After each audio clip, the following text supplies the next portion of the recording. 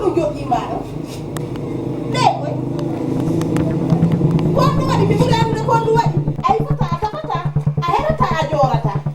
an ko dafa mu jodan dado a defata ka na fi tugo futo watala ko dafa mu jodan dado ya ko a jetti no ko tu da bi na fofu gayni no lannude ila jori do hes mi ma ya daga yartay do la jokki a yalta parce que me wonata do debbo mo herata a jorata mi yetto ko gasta ko parce que a wata wonde do nga wata wonde gani la mettude jak dara nan dule bonno way kay da watti pantulo bay mu family tout va bien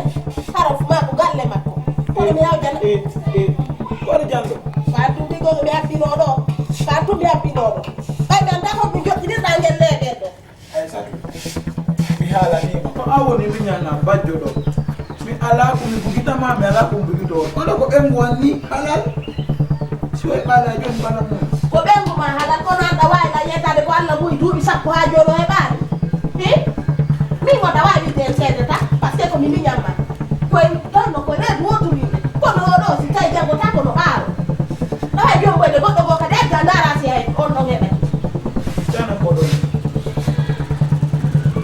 don ko ko wala ta awura ak gandi Allah e fala tay na fala do biddo an ak mo ko to mi ma ya la nyokke aw yalla do na ko e nder ga ton ko da desi dia so dia o di na ko so ndioro ko ay to wedi do ala na ni o mo dir ko ene nyame tanoga na do do so defi ade kuno fa lo ko so defi bay ko be ko da jombi jo ini o defi o defa de o way o defi an ka jira len to sella walla mi nyama fi o Allah sella hon walla mi nyama mi wala ma hon ko mi jombu na jombi da do aka way jombu de ko do defata way mata ko fe dal ko ba wada goddu nyem ko no si mi ma ya la jokki aw ya der do dali wala ko joni nyama ko min tegiri nyama ta joni ko mi problem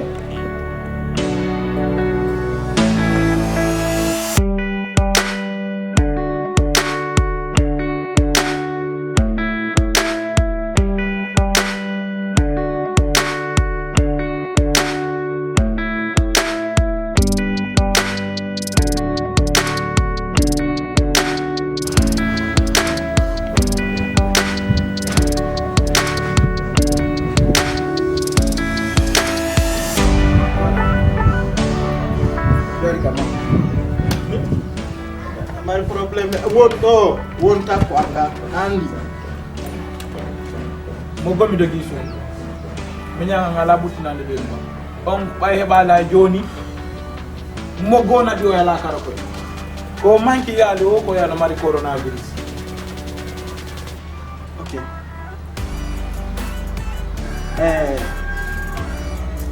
si arana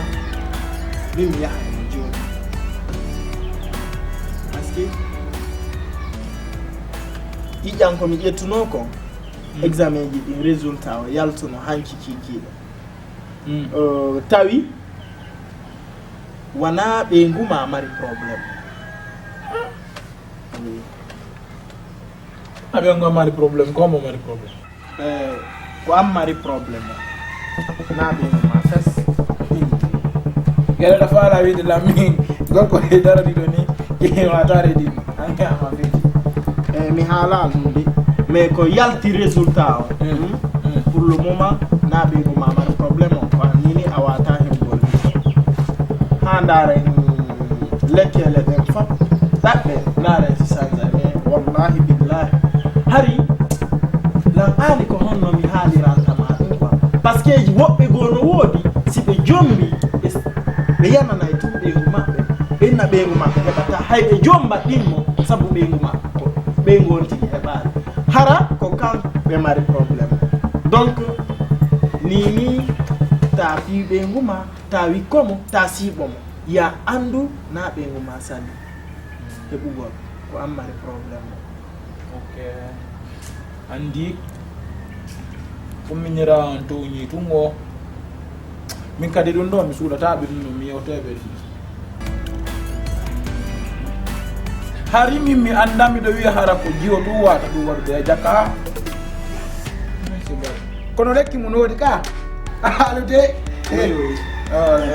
lekki mum no woodi mais no satti kono en ndaaray par ce que sa nani gorko e debbo ko ɓiɗɗo on tan donc haray toujours a ɓurta yahude ndaaren kadi ɗon ndaaroren kadi lekki ɓale par ce que goɗɗum ko ŋuuro waɗata Lala. ok Vraiment merci Mbali. ok merci Yo mi haala ko ɗum sa. allah ya heɓi ɓiɗɗo kono ɗum ɗo mi hoolaki waɗa kara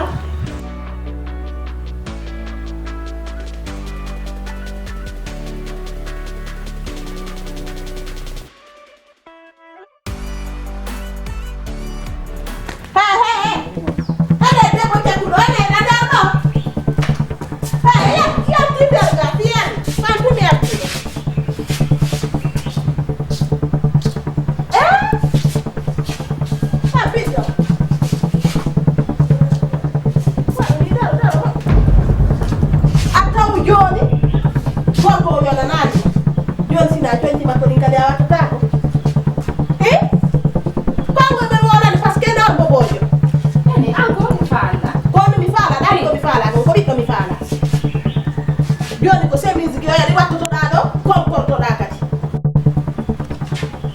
ina jooɗi ɗo a gaynino cekkude a heɓata no wawi wati mangore cekki a sajjinayde a gayna ma tappere an si cekki ay defuɗa honɗum tigui nde ɓendata ɗa joɗɗo herata a jorata a gaynino ɓisude gorkon ka le ñartimami fela on nde o gaynino suttodirde kono mi yawjanama Yo. Nanno mi ta ala ɗo tum mi tawa da jooɗi ka ɗuure oya. Amano a tawa woni miɗo jooɗi ka ɗuure makko naka e hoore kala mi waali e mayre a faami miɗa jooɗi ɗo gayno ɓisude ka le ñanki makko ko faala ko woni e wadde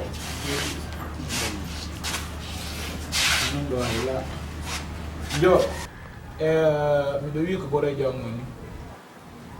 mi hakkilnomo ɓe wanna examen ɓay min tigi ani ni lan ko mondi kon ɗo e Fatoumata ɗiɗɗuɓe fof heɓana Allah min joni min kadi mi yo mi ndaara stewna e ɓanɗon hey ko min woni mari probléme o jam on wallahi ko min o ini nandi ɗum ɗon honɗum goto ko ɗum o inila wallahi la hooli kadi fiyon ɗum gonga ko ɓe yata ko hunde fof no woodi sabu debbo no wawa wonde heɓata gorko no wawa wonde heɓata goto a wawata la yetade ko a mari probléme hono mariɗa probléme goto docteur ɓe fenata on ni o waɗi examen nde hoolimo komi mari gore ko tata mo way haalanmo si waɗi piiji joni min konno min mi wiyata vraiment koye muñño oɗo an kadi a andi tigi tigi ko min so tawi ɗalan jokkalan noon ɗum noon awa sina ɗum quand même komin nani komin ɗo kono woni donc si tawi a wonay ɗo haray mi haalanima mi laaɓanima ɗo noon tigi tigi gongam ko woni tan ko min mi yiɗiraɗima fiitango giggo laaɓugo tos mi yiɗirma e wonda e ɗo ha ñande Allah muɗum ɗo ya ñawma ƴettami yertiyoji o hande koto ko ɗum yewtama aduna an nanta donc min komi haalani tan onon ɗo ɗiɗo donc ɓurti weddude min min ndira alay ɗum non pane woni ko galle